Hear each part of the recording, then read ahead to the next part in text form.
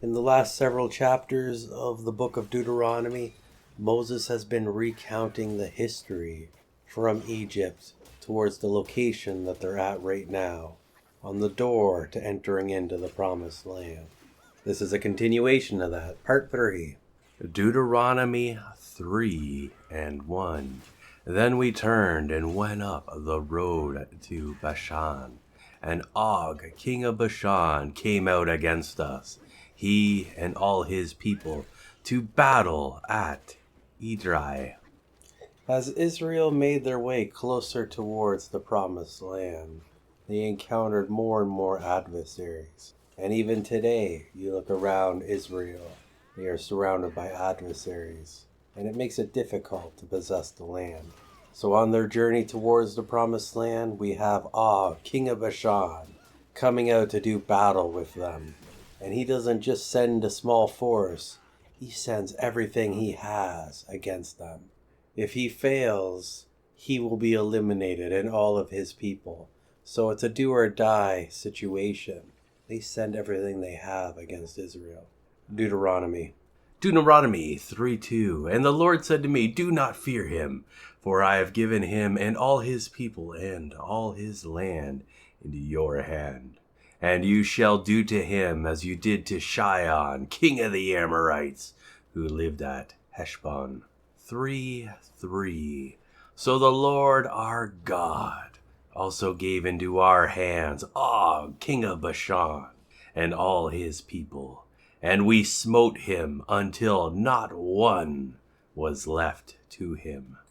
I don't know how the logistics of this particular event happened, how the Israelites knew that Og was coming to attack them. Maybe they were on the march and they had scouts ahead and the scouts reported that they were there and then they set up for battle. Or maybe they're camping out and they got news. Maybe the Lord was the one to inform them that they were going to come. It's hard to say. Israel, though, did try to make peace with Og before all this happened. They wanted to get through their land peacefully on the way towards the promised land, but Og came out to attack them, and the Lord delivered them from them. Og would have known about the events that occurred previously in Sihon, and known how the Israelites destroyed them utterly. And that could be why they sent their whole military force out, but it just seems like a very foolish thing for them to have done. And of course, they paid the price for it too. Deuteronomy 3:4. And we took all his cities at that time. There was not a city which we did not take from them. 60 cities, the whole region of Argob, the kingdom of Og in Bashan. 3:5. All these cities were fortified with high and haughty walls, gates, and bars, besides a great many unwalled villages. 3:6. And we utterly destroyed them, as we did to Sihon, king of Heshbon, utterly destroying every city, men, women, and children. 3:7. But all the cattle and the spoils of the city we took for booty for ourselves. You can really see the foolishness of Og here. They could have stayed inside their fortified cities and been protected from the Israelites and let them pass through their land. And then once they were through the land, they could have resumed business as usual. But instead, they left their fortified cities. They left their protection, their home field advantage, their stockpiles of weapons and who knows what, and decided to go attack the Israelites. And then the Israelites wiped out the army. And then they went into these different cities and towns and whatnot and were able to just conquer everything. And they took possession of all their animals and their wealth and possession of these cities. So it's kind of a ridiculous situation, really. Deuteronomy 3:8. So we took the land at that time out of the hand of the 2 kings of the Amorites, who were beyond the Jordan, from the valley of Arnon to Mount Hermon. 3:9 The Sidonians call Hermon Shirion, and the Amorites call it Senir. 3:10 All the cities of the plain, and all Gilead, and all Bashan, as far as Selka and Edrei, cities of the kingdom of Og in Bashan. Israel has had several military victories here, and they have taken a lot of the land away from these people so that they could have it for their own possession. Here on the other side of the Jordan River. Deuteronomy 3:11 For only Og, king of Bashan, remained of the remnant of the gigantic Raphaim. Behold, his bedstead was of iron. Is it not in Rabbah of the Amorites? 9 cubits was its length, and 4 cubits its breadth, using the cubit of a man, the forearm, to the end of the middle finger. So Og is one of the Raphaim.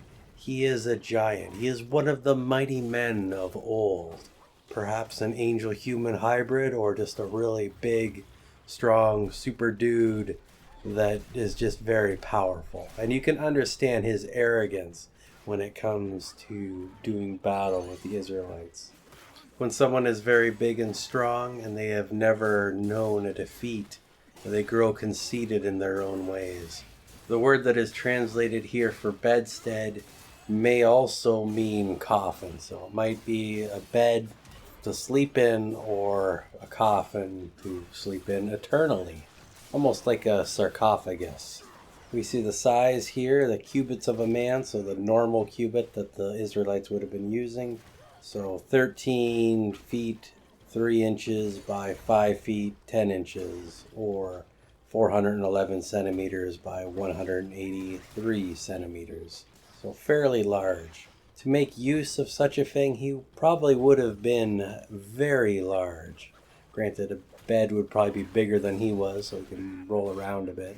It's also possible that the bed was used to fit multiple people simultaneously for certain reasons. Same with a coffin. He's got to be able to fit in it and they can close the door.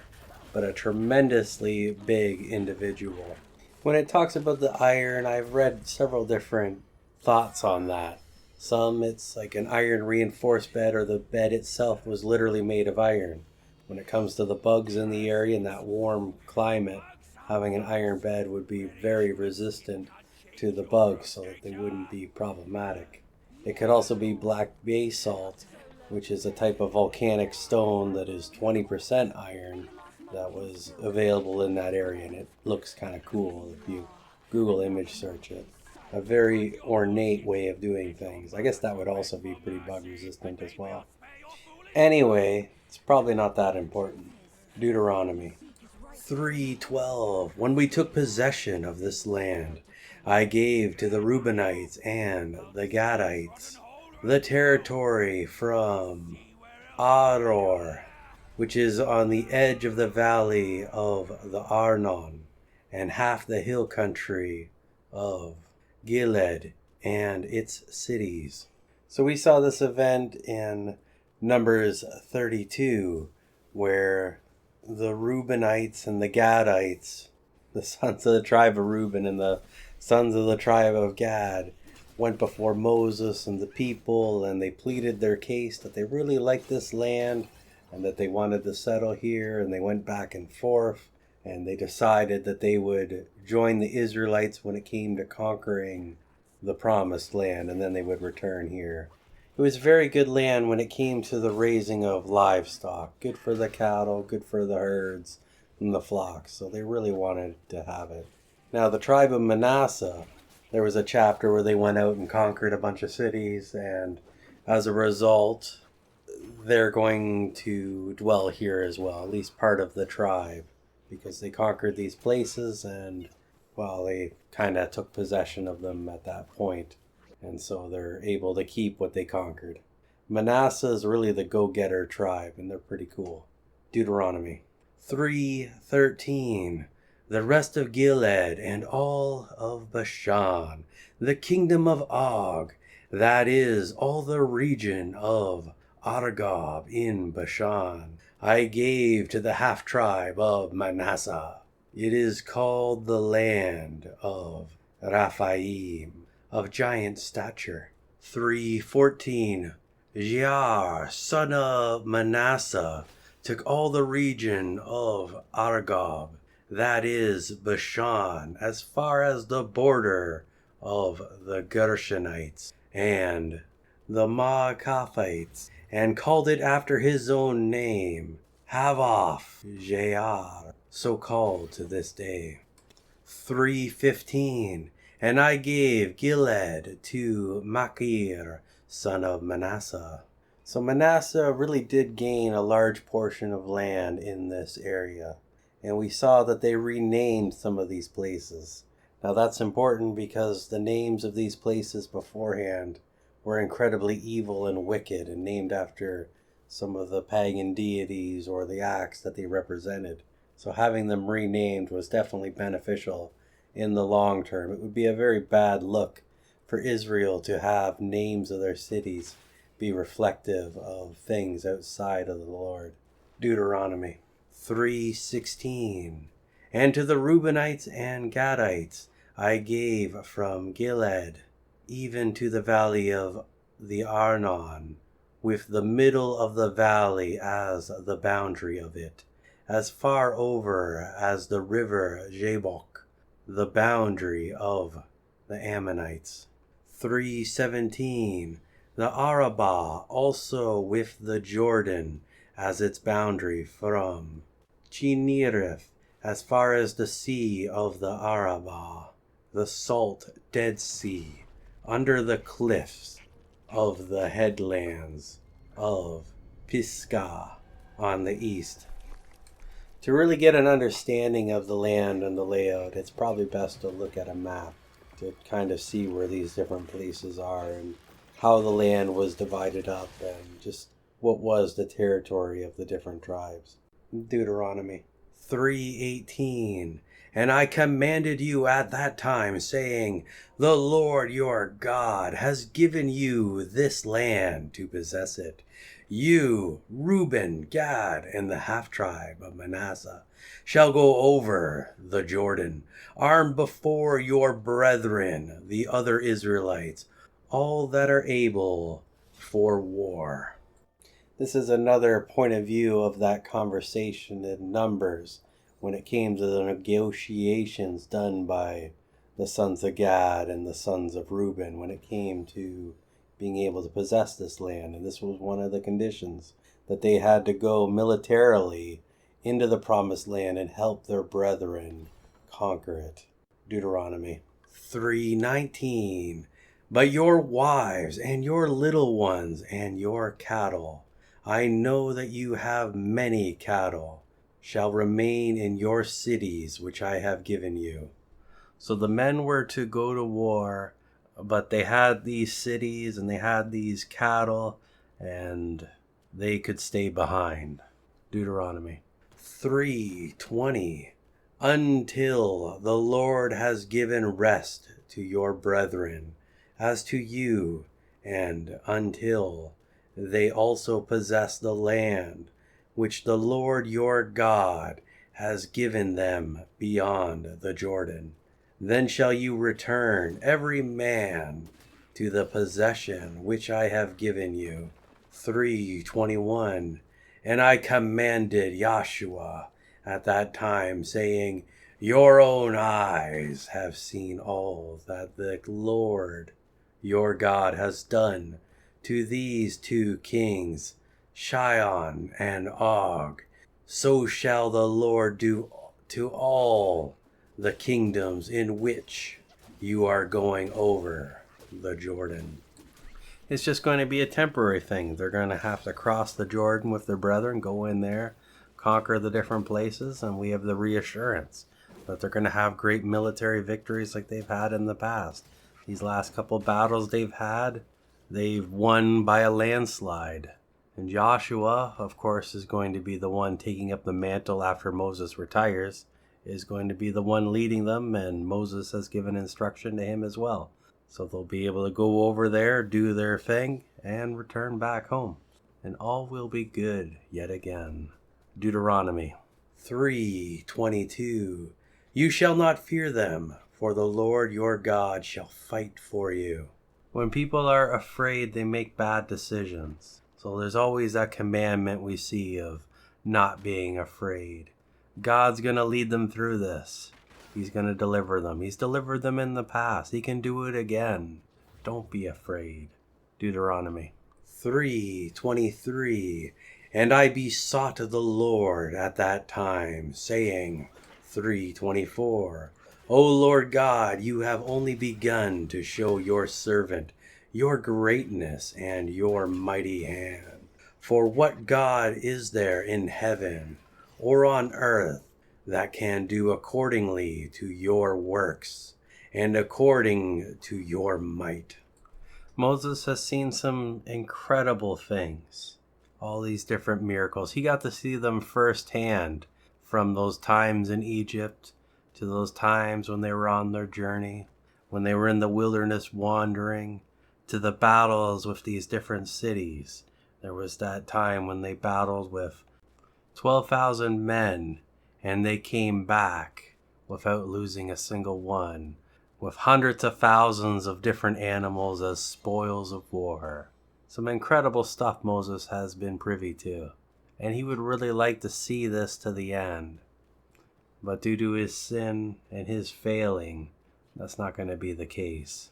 Deuteronomy 3:25. I pray you, will you not just let me go over and see the good land that is beyond the Jordan, that goodly mountain country with Hermon and Lebanon? Moses knows that he is not going to be allowed to enter into the promised land, but he's begging the Lord for the opportunity to at least see what it is that the Lord has promised. So he's asking now. Deuteronomy 3:26. But the Lord was angry with me on your account, and would not listen to me. And the Lord said to me, that is enough. Say no more to me about it. 3:27. Get up to the top of Pisgah, and lift up your eyes westward and northward, and southward and eastward, and behold it with your eyes, for you shall not go over this Jordan. The Lord may be angry, but he's going to grant Moses his wish. He's going to allow him to climb this mountain here and to gaze across, to see the land. It probably won't be the greatest of clarity because everything's so far away, but he's going to let him at least see it from a distance on the mountaintop. Deuteronomy 3:28. But charge Joshua, and encourage and strengthen him, for he shall go over before this people, and he shall cause them to possess the land which you shall see. 3:29. So we remained in the valley opposite Beth Beor. Moses may not be able to enter the promised land, but he can teach and he can prepare Joshua so that when he goes into the promised land, he can lead the Israelites and guide them to a great victory in the land so that they can take possession of what it is that God has promised them. And now that Moses has explained some of the history to the Israelites, he's going to continue to teach them, to prepare them for their journey into the promised land.